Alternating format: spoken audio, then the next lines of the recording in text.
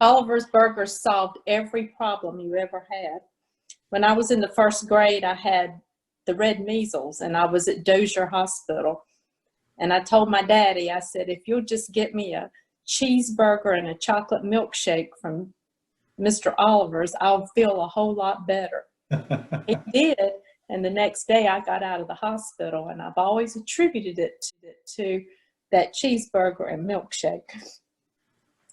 It was the best. For me, Catherine, that's good. Yeah. Pardon?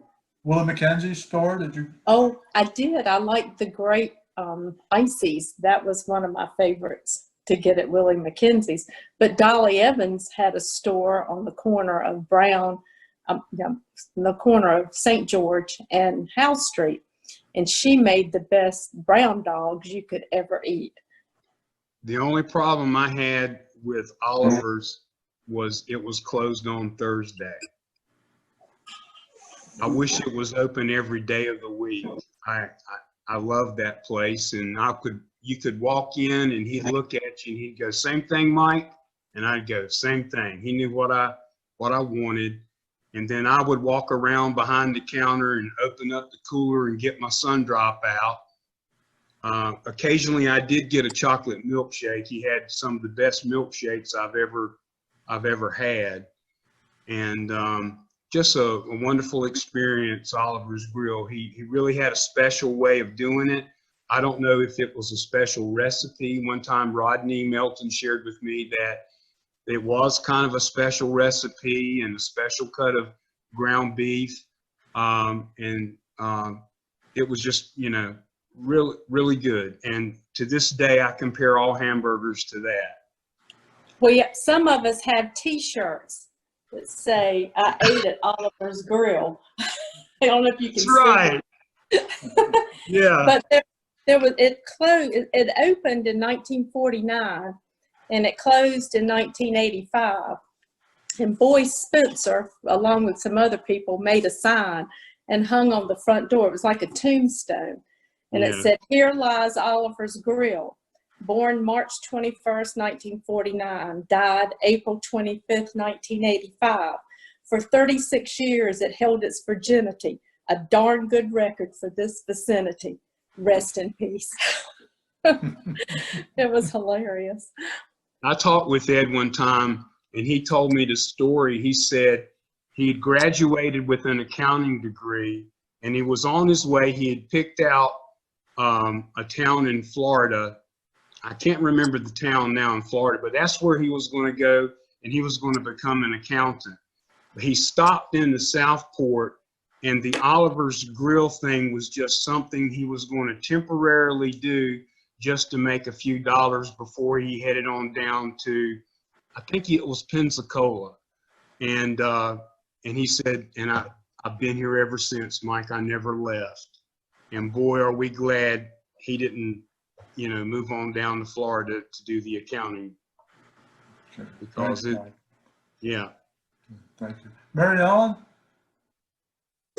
Okay, I will agree. Oliver's was good, but when I was younger, because we were around the waterfront a lot, Lewis Dixon had a restaurant right there across from where my dad had his charter boats. And we would like to go in there and get some French fries and or some hush puppies, and Max Cafe that was on the water where Oliver's restaurant is today.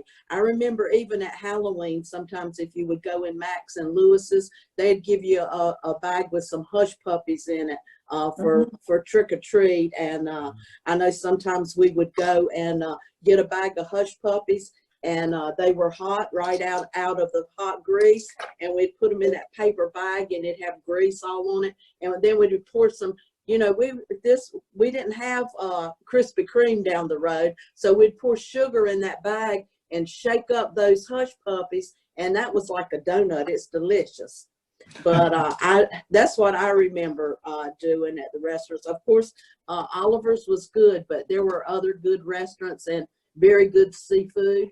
And one thing I remember about Lewis Dixon is that whatever the boys, the guys, if they'd go fishing, whatever they caught and cleaned. And if the party didn't want it, or if they went fishing, they would take them into Lewis's.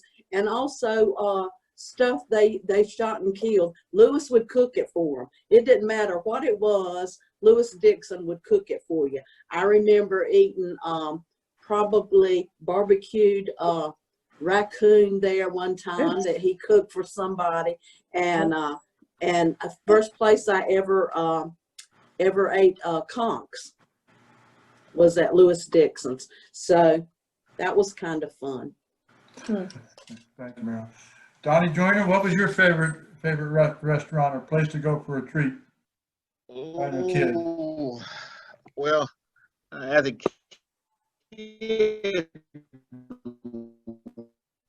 we ate at home. We restaurant was something because his grandson is my second cousin, and so when we'd come to Southport, we'd go over, and my aunt would go over to visit her niece, his mother, and we would go down to Mr. Willie's, and he'd set us up. We call him sherbet.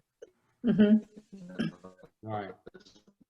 Basically shaved ice.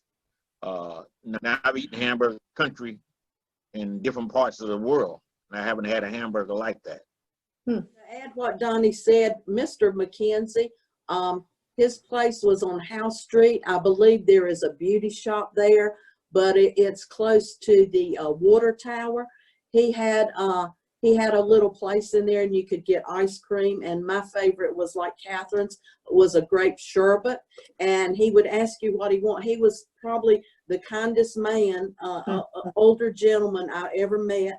He was he was quiet, and he was very kind, and he would ask you what you wanted, and then he would chip the ice off of a big block of ice with an ice pick.